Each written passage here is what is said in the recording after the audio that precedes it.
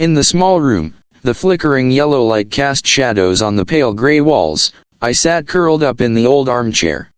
This familiar room now felt gloomy, no longer the place of solace it once was. Tonight, I've decided to recount a story, a memory I've tried to bury for years.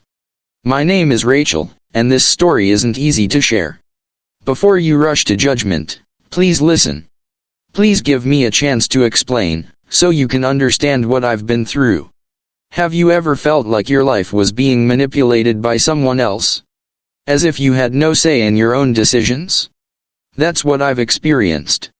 This story isn't just about betrayal, but also about control, loss, and my journey to find myself again.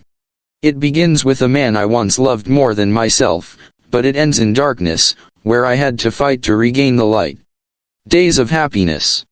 John and I met on a rainy autumn day.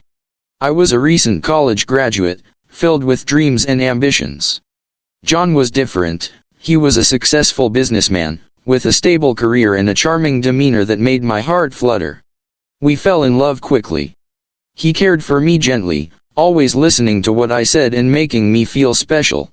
He took me to fancy restaurants and we traveled to beautiful lands together. Our love was like a fairy tale, a romance everyone dreamed of.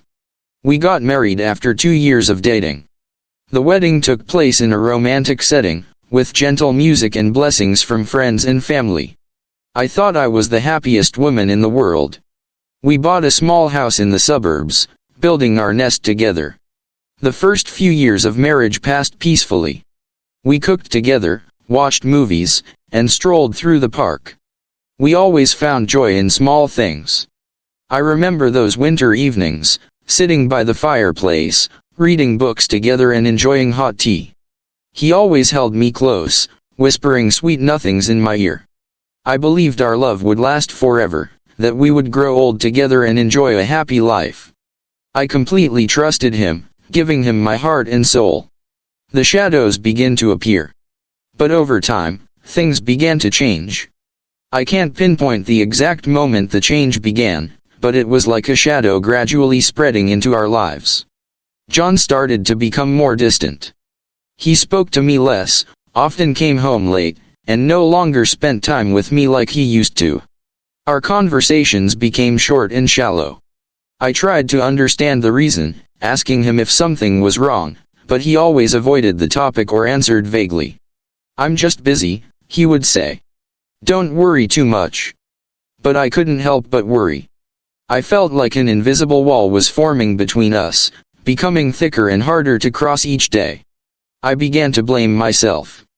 Maybe I had done something wrong, maybe I was no longer attractive to him. I started taking better care of myself, trying to do everything to please him. I cooked the meals he liked, bought sexy nightwear, but it was all in vain. He still kept his distance, as if I were no longer part of his life. I remember the nights I lay alone in bed, tears running down my pillow. I felt lonely and helpless. I wondered what had happened to our love, to the man I once loved. It seemed he was no longer the John the First had known.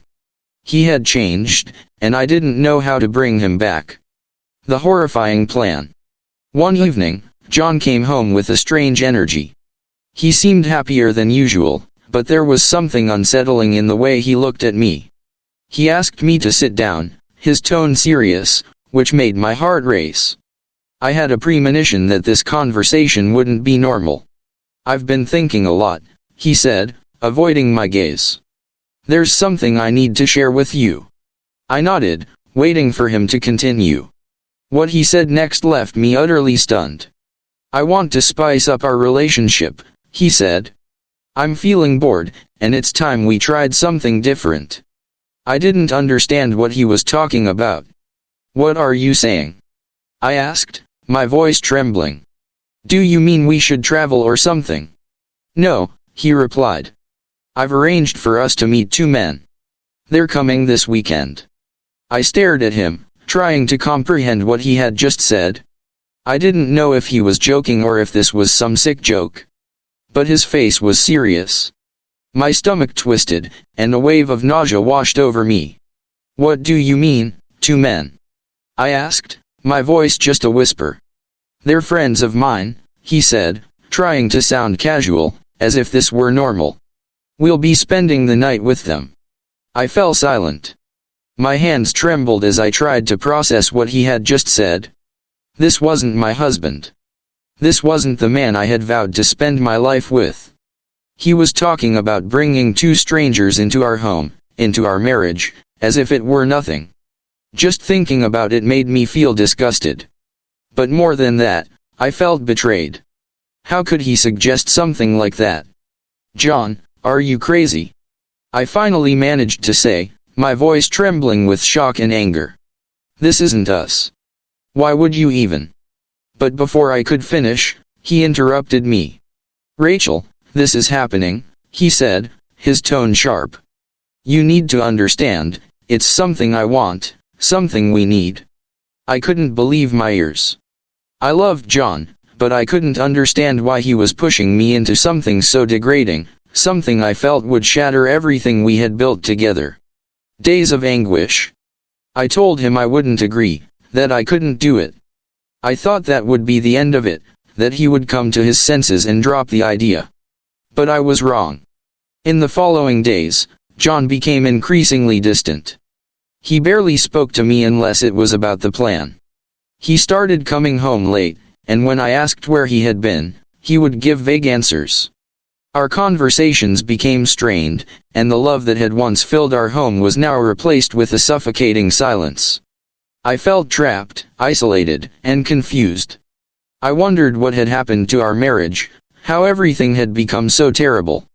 I tried to seek help from friends, but I couldn't tell them the truth. I was ashamed and afraid of being judged. I hid my pain, trying to appear strong, but inside I was falling apart. By Friday, fear had settled deep in my chest. John insisted that the meeting would take place, no matter what I said. I had thought about leaving, packing my bags and walking out the door. But I didn't. As much as I hated to admit it, part of me was still holding on to the man I once knew, hoping that this was just a phase, something we could overcome. I wasn't ready to give up on our life, but at the same time, I couldn't bear the thought of going through with that horrific plan. Saturday evening came too quickly. I felt like time was passing too fast, and there was nothing I could do to stop it. The men, John's so-called friends, arrived promptly at 8 p.m. I sat on the couch, my hands clenched, trying to hold back tears. I didn't even know their names, and now they were sitting in my living room, talking to my husband as if they were old buddies. The atmosphere was tense, and I could feel their eyes on me, watching, waiting. I wanted to disappear, run out of the house, and never look back. The fateful night. But then John leaned toward me, his hand resting on my knee. "Rachel, it's time," he whispered. I froze. My mind screamed at me, telling me to get up and leave. But my body refused to move. John's hand felt like a heavy weight on my knee, anchoring me in place. I couldn't look at him, and I certainly couldn't look at the two men sitting opposite us. My heart pounded in my chest, and the room seemed to be closing in around me. "Rachel, please," John said again, his voice lower, almost pleading. There was something in his tone that made me pause. It wasn't just insistence, but desperation. For the first time in days, I saw a hint of vulnerability in his eyes. I realized that this wasn't just about satisfying some sick fantasy. It was also about control, power, and something deeper that I couldn't understand. But that didn't make it right. None of this felt right. "I can't do this, John," I finally whispered, my voice trembling. "This isn't us." He sighed and sat back, rubbing his temples in frustration. "You think I want this," he muttered, speaking to himself more than to me. "I'm doing this for us, Rachel. Don't you get it?" "No, you're not," I retorted, finding a bit of strength. "You're doing this for you. You've changed, John. This isn't about us anymore, it's about control." For a moment, I thought I saw a flash of guilt on his face. But it disappeared as quickly as it had come. Instead, he clenched his jaw and stood up, pacing around the room like a man lost. I wanted to reach out, pull him back to the man I once knew. But I didn't know how. We had gone too far from where we had started, and I wasn't sure if we could ever find our way back. The decisive choice. As the silence stretched between us, one of the men, let's call him Marcus, cleared his throat. He seemed to sense the tension, but also a hint of impatience. "Look," he said, his voice calm but firm. "If this isn't happening, we should probably leave." I glanced at him, and for the first time, I really looked at him. He wasn't what I had imagined. He was calm, respectful, and seemed more understanding than I had thought. I had built up an idea in my head that these men were predators, but they weren't. They were just people, and somehow, that made the whole situation even more confusing. I didn't want to stay. I didn't want to be part of whatever this was becoming. But the weight of everything, the years with John, the love we once shared, the hope that maybe somehow things could go back to normal, kept me sitting there. I didn't know what to do. I felt trapped, suffocated by my own indecision. Then John spoke, his voice quiet but resolute. "Rachel, if you leave, we're done." Those words hit me like a punch in the gut. I looked at him in shock, trying to comprehend what he had just said. He had drawn a line in the sand, and I had to choose which side I was going to stand on. Tears welled up in my eyes, but I blinked them back, refusing to let him see me break. "I've given you everything," he continued, his tone steady but cold. "I've provided for you, loved you, and this one thing, is all I'm asking for in return." I stood up, my legs shaky but determined. "This isn't love, John," I said, my voice just a whisper. "This is manipulation." His eyes flashed with anger, but I didn't care anymore. I couldn't do this. I wouldn't do this. I turned towards the door, fully expecting him to yell, grab me, try to stop me. But he didn't. Instead, I heard him mutter under his breath, something like, "You'll regret this." Maybe I would regret it. Maybe leaving was a mistake. But in that moment, I knew I had to walk away. I couldn't let John, or anyone, force me into something I wasn't comfortable with. The darkest night. When I stepped outside, the cool night air hit my face, and I felt a strange mixture of relief and heartbreak. My legs carried me down the street, my mind racing. Where would I go? What would I do?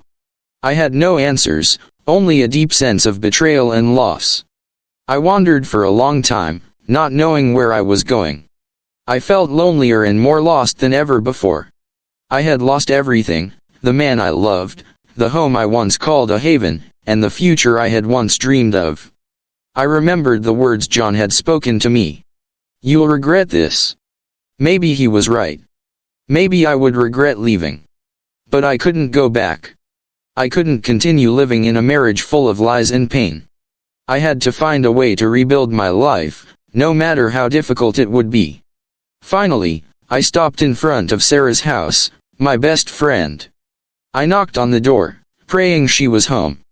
When she opened the door, saw my tear-streaked face, she didn't ask any questions. She just hugged me tightly and took me inside. A glimmer of hope.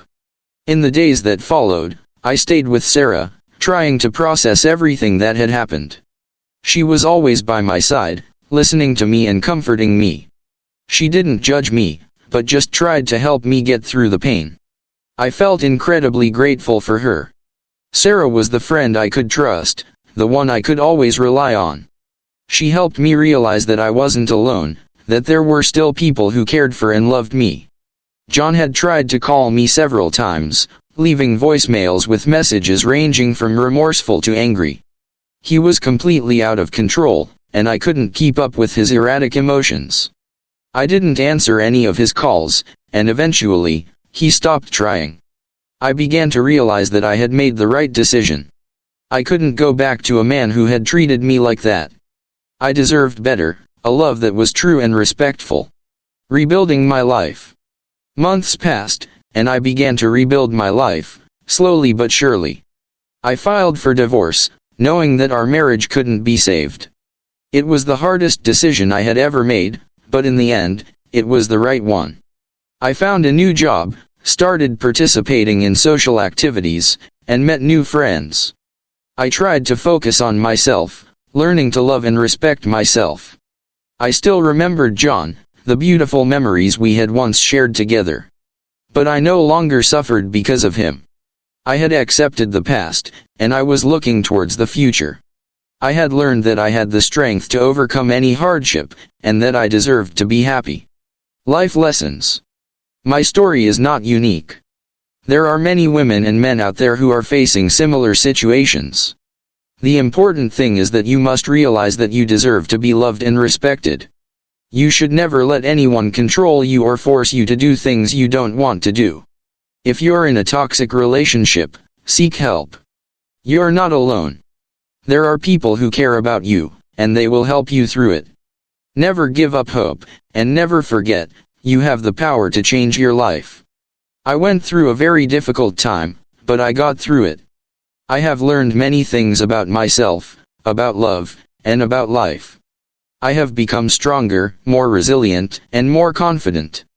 And I know that, no matter what happens, I will always find my way.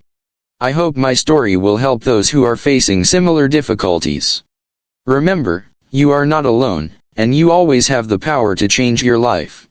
Never give up on yourself, and always believe in the good things that are waiting for you ahead.